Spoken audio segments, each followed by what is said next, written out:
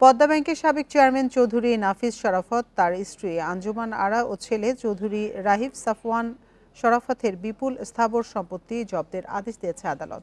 মঙ্গলবার ঢাকা মহানগর জ্যেষ্ঠ বিশেষ জজ মোহাম্মদ জাকির হোসেন গালিব এই আদেশ দেন। সম্পত্তি জব্দের আদেশটি দুদকের পক্ষে আবেদন করেন সংস্থার উপপরিচালক মোহাম্মদ মাসুদুর রহমান। এই ঈদে জামা জুতো অ্যাকসেসরিজের ডিসকাউন্ট। এসব সম্পত্তির মধ্যে রয়েছে নাফিস শরাফতের নামে অন্তত 6টি ফ্ল্যাট, একটি 20তলা ভবন সহ 2টি বাড়ি, 4টি প্লট এবং জমি। এছাড়া আঞ্জুমান আরার নামে থাকা 5টি ফ্ল্যাট এবং 3টি জমিও জব্দের আদেশ দেওয়া হয়েছে। তালিকায় আরও রয়েছে রাহিব সাফওয়ানের 7টি ফ্ল্যাট। এসব সম্পত্তি রয়েছে ঢাকা, গাজীপুর ও নারায়ণগঞ্জে।